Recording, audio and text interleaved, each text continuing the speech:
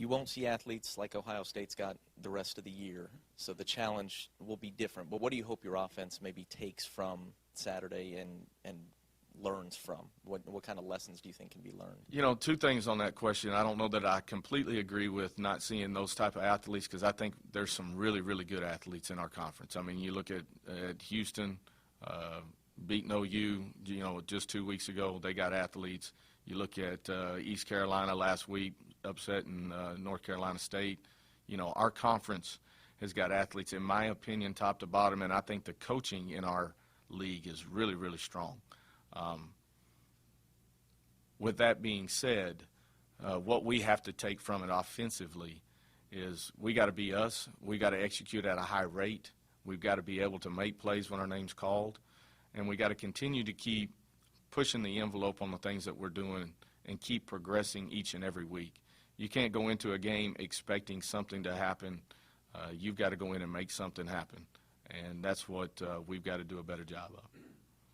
Coach, a couple things kind of not to you related, but now that you faced Ohio State, you faced Oklahoma last season, they play next week, just kind of your general thoughts on that. And also, did you ever see a thing like the Central Michigan Oklahoma State ending, and just your thought on what you would do as a coach if you were in that situation? Yeah, I kind of briefly saw it, you know. By the time we got back, it was still pretty late, but briefly saw a little bit of what happened there. I mean, I've never seen that kind of a crazy ending. I mean, even the situation that we had where we're 4th and goal and I'm telling him to huddle up and he thinks I'm calling timeout, and then all of a sudden we go to a media timeout, and then I still get charged for a timeout when he says it's his fault and he screwed up. You know, I hadn't had that happen either. So things like that occur during games. That situation is crazy. Now, as far as Ohio State, Oklahoma, I think it'll be an outstanding game. You know, both of them are good defensively. Both of them can be explosive offensively. You know, how that's going to play out, I don't know.